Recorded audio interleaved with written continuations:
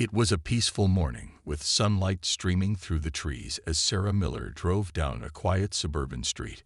She was heading to her new office, her first day as the chief of the local precinct. Dressed in a crisp, professional suit, her confidence radiated from her. After years of hard work and dedication, she had earned her place as the first black woman to lead this precinct. Today was supposed to be a proud moment. As Sarah cruised down the road, she noticed flashing blue and red lights in her rearview mirror. A police cruiser was signaling her to pull over. Confused but calm, she glanced at her speedometer. She wasn't speeding.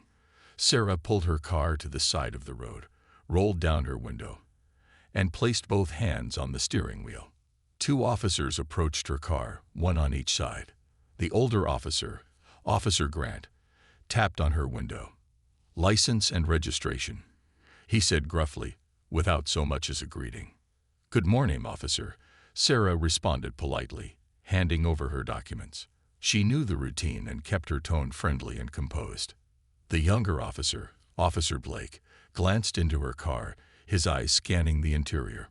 "Where are you headed in such a rush?" he asked, his tone casual but laced with a hint of suspicion. "I'm on my way to work," Sarah replied simply. Grant looked over her license, then back at her. "You were driving a little fast back there," he said. Sarah tilted her head slightly. "I was within the speed limit, officer. Is there another reason you stopped me?" The two officers exchanged glances, and a moment of silence passed. Then Blake shrugged. "We've had some reports of unusual activity in the area. Just being cautious," he said, his tone shifting slightly.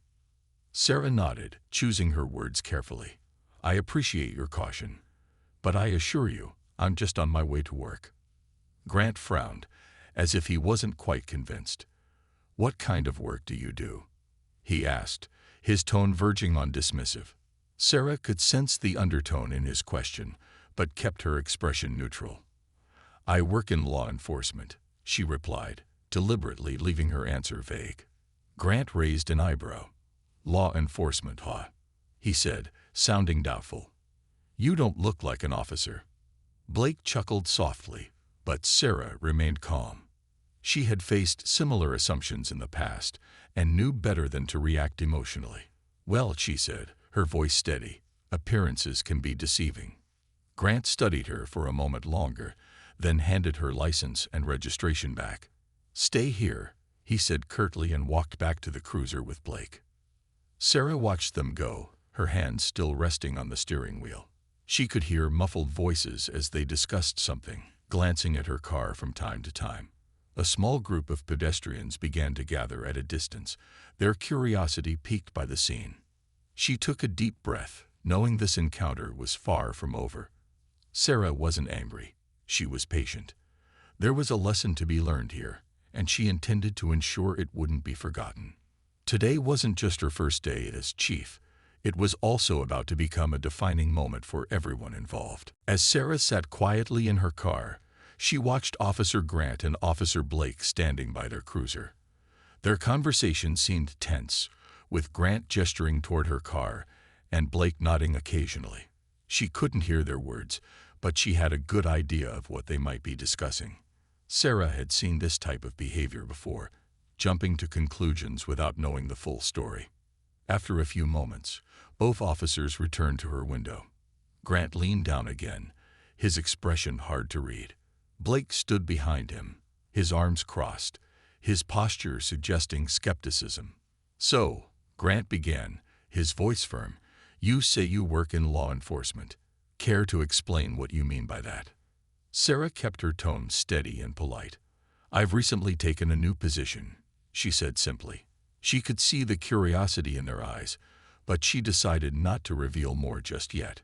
She wanted to see where this interaction would go. Grant gave her a long look, as though he was trying to size her up. "New position, huh? What exactly does that mean?" "Security. Desk work." His tone had a hint of sarcasm, as if he didn't believe her. Sarah smiled softly. "Something like that," she said, keeping her answer vague on purpose. She had no intention of giving them an easy out for their assumptions. Blake stepped forward, his eyebrows raised. "Look, ma'am, we're just trying to figure out what's going on here," he said, his voice less confrontational than Grant's but still guarded. "We don't usually see someone like you driving around here." Someone like you. The phrase hung in the air, and Sarah noticed how quickly Blake tried to cover it up. "I mean, we don't see a lot of unfamiliar faces around this part of town." Sarah nodded, her expression calm. "I see. Well, as I mentioned, I'm just on my way to work." Grant sighed, clearly growing impatient. "Look, ma'am, if you don't want to cooperate, we can call this in and make it official." Sarah raised an eyebrow at his comment but remained composed. "I've already handed over my license and registration. I believe I've been cooperative." Grant seemed taken aback by her calm confidence. He looked over at Blake, who shifted uncomfortably. The officers seemed unsure of how to proceed, and Sarah could sense their frustration. They had approached her with assumptions, expecting her to fit into a certain category, but she wasn't playing into their expectations. Meanwhile, a few people from the growing group of onlookers had started whispering to each other. Some were recording the scene on their phones, sensing that something unusual was happening. Sarah noticed but didn't let it distract her. She stayed focused, keeping her breathing steady and her hands visible. "Maybe you should call it in," Sarah said finally, her voice calm but firm. "Let's clear this up the proper way." Grant blinked, as if surprised by her suggestion.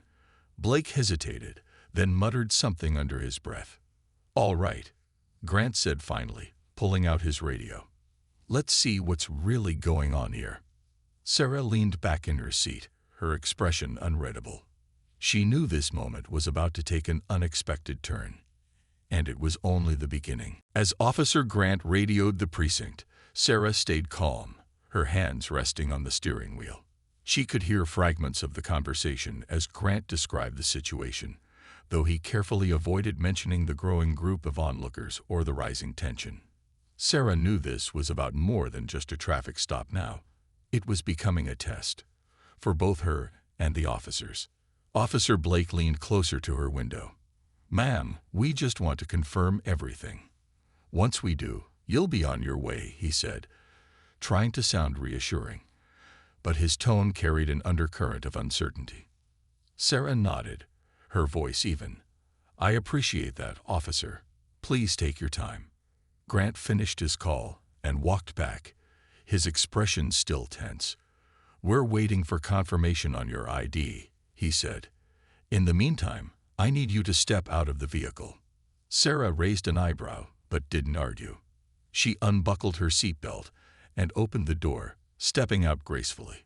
The murmurs from the small crowd grew louder as people strained to see what was happening. "Is this really necessary?" Sarah asked, her voice calm but firm. She wasn't challenging them, just making them think. Grant crossed his arms. "We just need to make sure everything checks out," he replied, avoiding eye contact.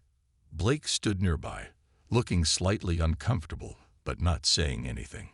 Sarah glanced at the growing audience. Some of the bystanders had their phones pointed directly at her and the officers, recording every move. She could feel the weight of their stares but stayed composed.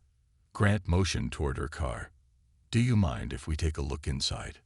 Sarah hesitated for a moment, then nodded. "Go ahead. You won't find anything unusual." The officers began inspecting the car, opening the doors and checking the seats.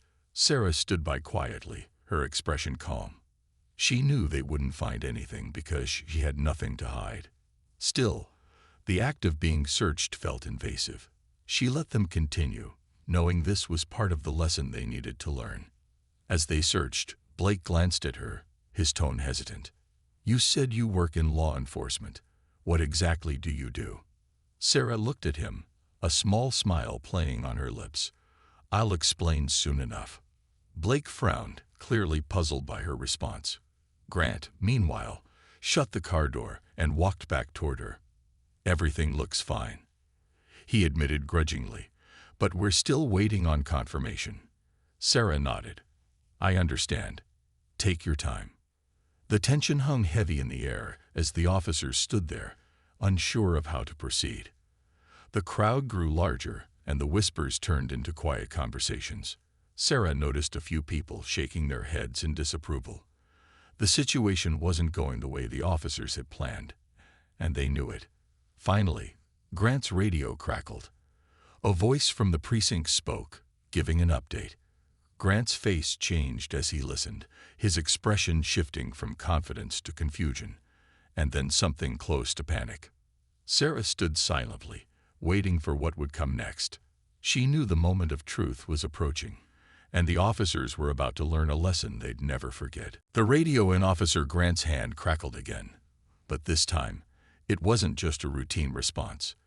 The voice on the other end sounded sharp and urgent, but Sarah couldn't make out the words.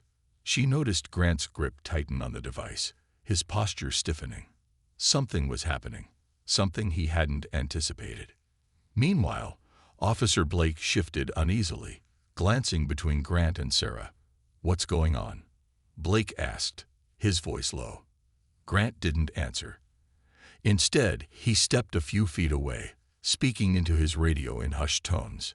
His expression had changed from controlled confidence to visible discomfort. Whatever was being said on the other end, it wasn't good news for him. As this unfolded, another police cruiser pulled up behind Grant and Blake's car. Two more officers stepped out, looking serious and alert. They walked toward the scene, taking in the sight of Sarah, the growing crowd, and their colleagues' tense expressions. "What's the situation?"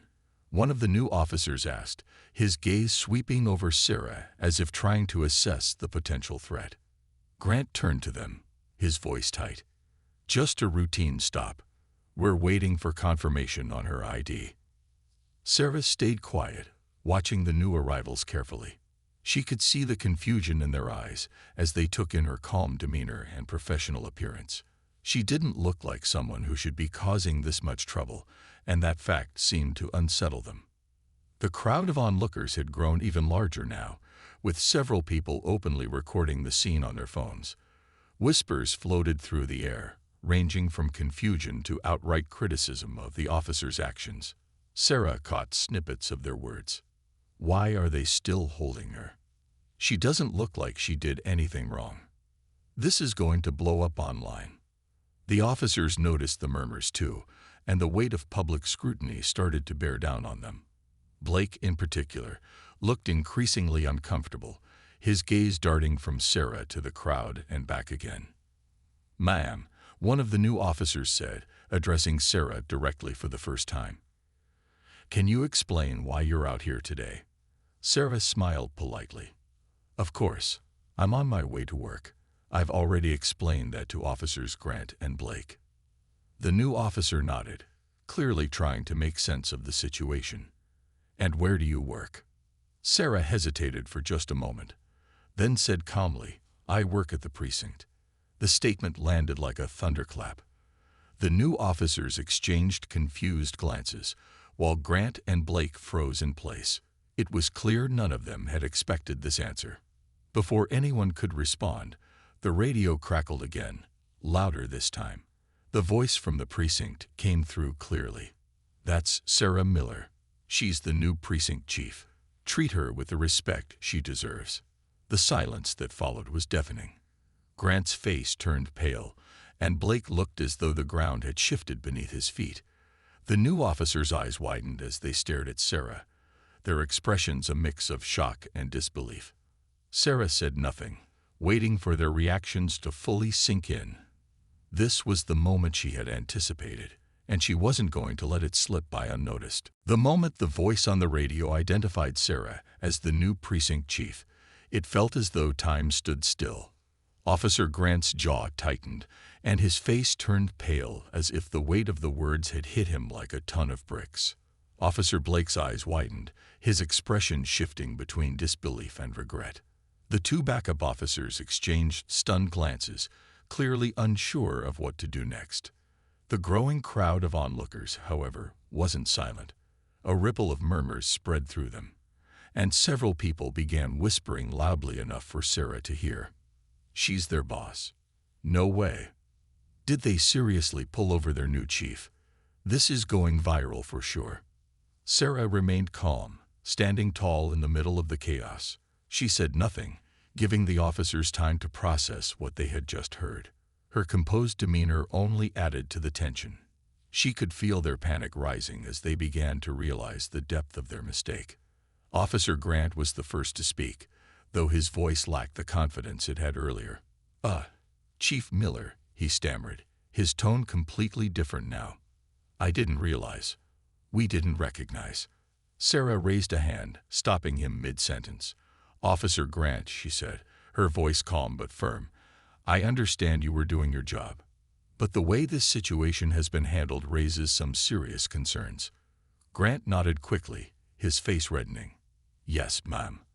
I mean, Chief, it's, standard procedure." "Is it?" Sarah asked, her tone sharp enough to cut through the excuses. "Because from where I'm standing, this doesn't look like standard procedure.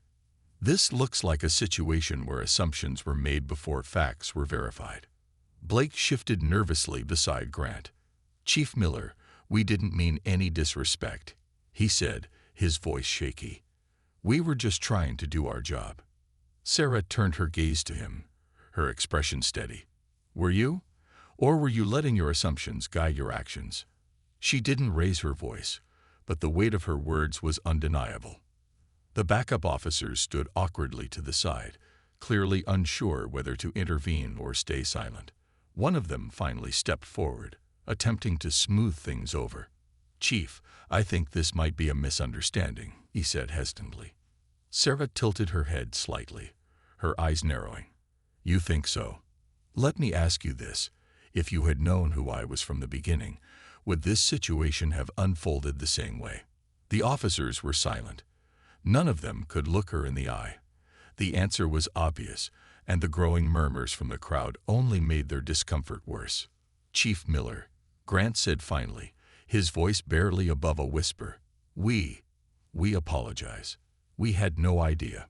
Sarah took a deep breath, letting the silence stretch for a moment before she responded.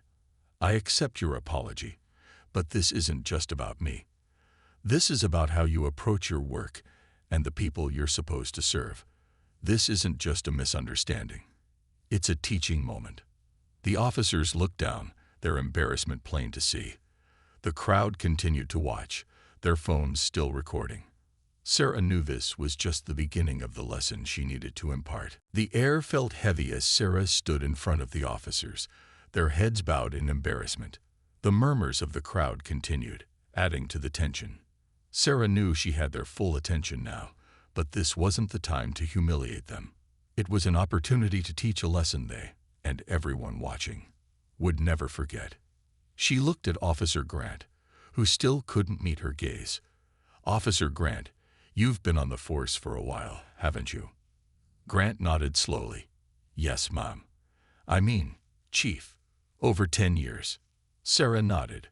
"And in those 10 years, have you ever stopped to consider how your assumptions might affect the way you interact with people?" Grant hesitated, clearly unsure how to answer. I try to follow protocol, Chief." "Protocol," Sarah repeated, her voice calm but firm. "Tell me, was protocol followed today, or were assumptions made about me based on what I looked like and where I was driving?" Grant glanced at Blake, who looked equally uncomfortable. "Chief, we didn't mean." Sarah raised her hand again, silencing him. "This isn't about intentions. It's about actions. What you did today wasn't just about me. It was about how you approach everyone you encounter. And I'm not here to ignore it or let it slide." The crowd, sensing the gravity of her words, quieted down. Even the murmurs stopped as everyone focused on Sarah. She turned to Officer Blake. "You're newer to the force, aren't you?" Blake nodded quickly. "Yes, Chief. Just under 2 years." Sarah gave him a small nod. "Then you have an opportunity to learn from this and do better. Policing isn't just about enforcing laws. It's about serving the community with fairness and respect. Today, you showed me that you have some work to do." Blake's face turned red, but he didn't argue. "Yes, Chief," he said softly. Sarah glanced at the backup officers, who stood awkwardly to the side. "And the two of you," she said, addressing them directly. You arrived on the scene and immediately supported the narrative you were given. Did you even question why this was happening? The two officers exchanged uncomfortable looks. One of them finally spoke. "No, Chief, we didn't." Sarah nodded, her tone softening slightly. "That's part of the problem. As officers, it's your job to look beyond what's presented to you and think critically. You can't just accept things at face value." She paused, letting her words sink in before continuing. "This isn't about punishment. This is about learning and doing better. You are in a position of power, and with that comes responsibility. You don't just represent yourselves, you represent this entire department." The officers nodded solemnly, clearly humbled by her words. The crowd remained silent, captivated by the scene unfolding before them. Finally, Sarah addressed everyone, her voice carrying over the murmurs of the onlookers. "To everyone here, thank you for your patience. What happened today will not be ignored. Change starts with accountability, and as your new chief, I promise that we will do better, together." The crowd erupted in quiet applause, and the officers stood straighter, realizing that this moment wasn't just about a mistake. It was about a turning point for everyone involved. As Sarah finished speaking, the crowd's quiet applause grew louder, a mix of appreciation and relief. The officers stood motionless, their earlier arrogance replaced by a humbled silence. Sarah turned back to Officer Grant, who still avoided her gaze. "Officer Grant," she said gently, but with authority, "I know this moment feels difficult, but it's not the end of your career. It's a chance to grow. You've served this community for a long time, and I believe you can do better." Grant nodded slowly, his voice almost a whisper. "Yes, Chief, I understand." Sarah's tone softened further. "Good, because as your new precinct chief, I want you to lead by example. The community looks to us for safety, respect, and fairness. That starts with you." Grant finally met her eyes, a flicker of gratitude crossing his face. "Thank you, Chief. I won't let you down." She turned to Officer Blake next. "Officer Blake, you're at the beginning of your career. What you do now will shape the kind of officer you become. I want you to remember this moment, not as a failure, but as a reminder of the responsibility you carry every day." Blake nodded quickly. "I will, Chief, I promise." The two backup officers shifted uncomfortably as Sarah turned her attention to them. "And you too," she said firmly. "I expect you to think critically and ask questions when you're on a scene. Don't just follow blindly. Use your training and your judgment to ensure every situation is handled with fairness." "Yes, Chief," one of them said, his voice steady. "We understand." Sarah looked at all four officers, letting her gaze linger for a moment. "Today could have ended very differently if I hadn't been who I am. But every person you meet deserves respect, no matter what you assume about them. This isn't just about policies or procedures. It's about people." The murmurs in the crowd shifted to nods and quiet agreements. Many of the onlookers had put their phones away, no longer recording but watching with interest and respect. Sarah had turned what could have been a humiliating incident into a moment of growth and understanding.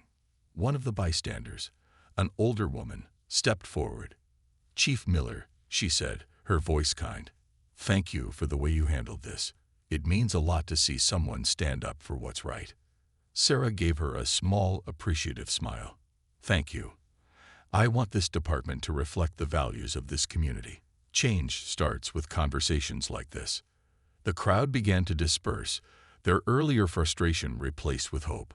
The officers, though still visibly shaken, seemed to take Sarah's words to heart. They stood straighter, as if a new sense of purpose had settled over them. As Sarah returned to her car, Officer Grant took a step forward. "Chief," he called out, his voice hesitant but sincere, "thank you for giving us a chance to make things right."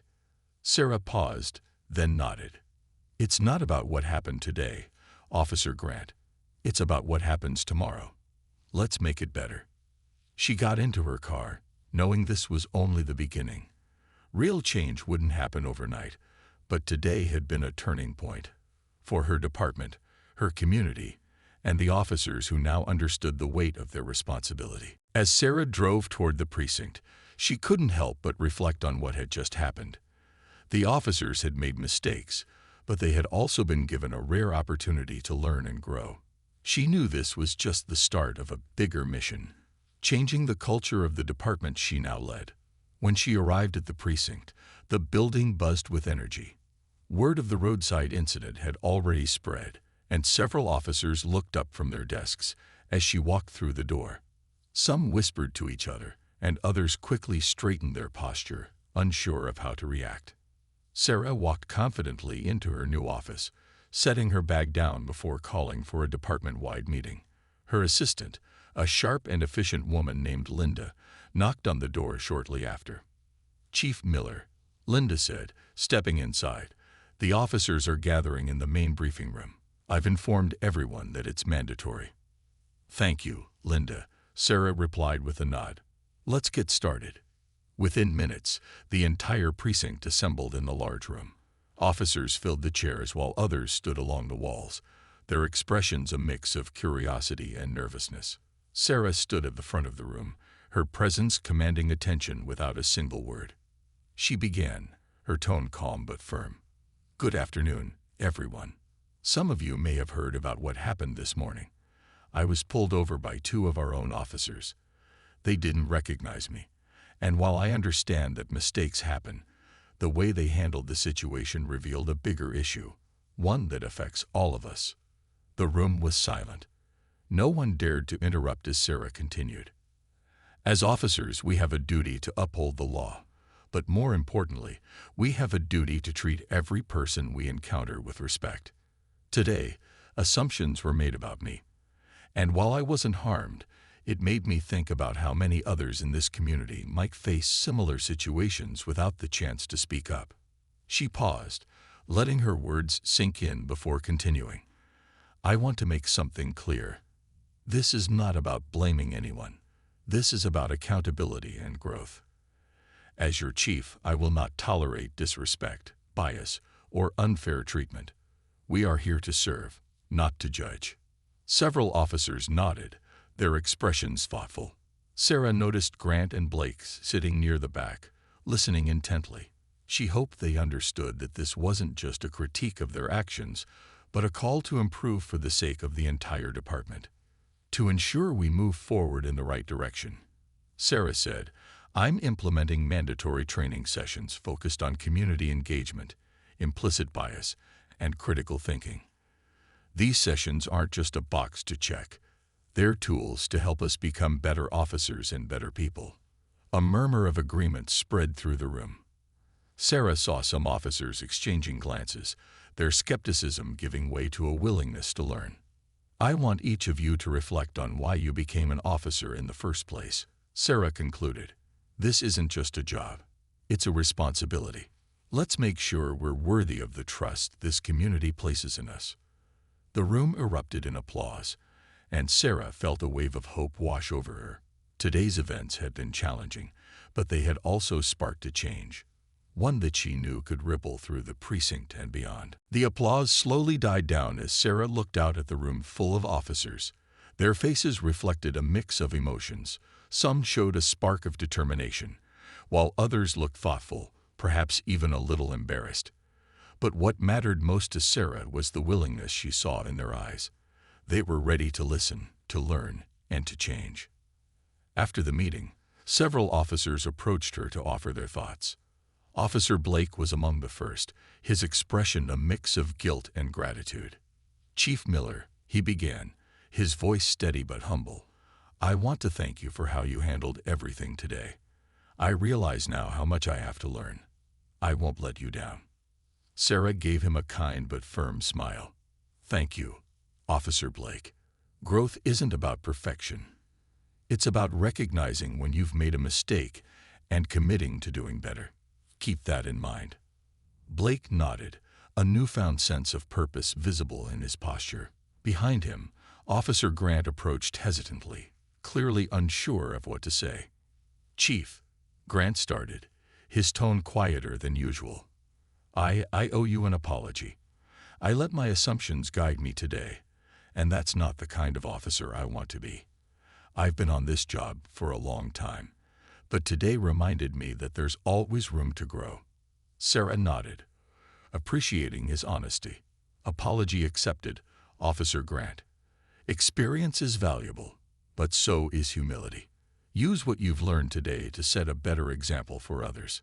Grant looked relieved, a small smile breaking through his otherwise serious expression. I will, Chief. Thank you. As the officers filed out of the briefing room, Sarah took a moment to reflect. She knew the road ahead wouldn't be easy. Changing a culture wasn't something that happened overnight, but today had been an important step. It wasn't just about the officers. It was about building trust with the community they served. Later that evening, Sarah received a message from the precinct captain who had recommended her for the chief position. It was simple but meaningful. Saw what happened today. Proud of how you handled it. You're exactly what this department needs. The words brought a small smile to her face. Leadership wasn't just about making tough decisions. It was about inspiring others to do better. And today, she had done just that. The next day, Sarah arrived at the precinct early, ready to continue the work she had started. She was greeted by nods and polite smiles from the officers she passed. The atmosphere felt different, lighter, more respectful. She could feel the shift, subtle but significant. As she entered her office, Linda handed her a stack of paperwork. Busy day ahead, Linda said with a grin. Sarah chuckled. When isn't it? She replied, sitting at her desk. As she looked out the window, watching the morning sun cast a warm glow over the precinct, Sarah felt a renewed sense of purpose. The challenges ahead didn't intimidate her, they motivated her. She wasn't just the new chief, she was a leader determined to make a difference. And she knew that with each step forward, the department and the community would grow stronger together.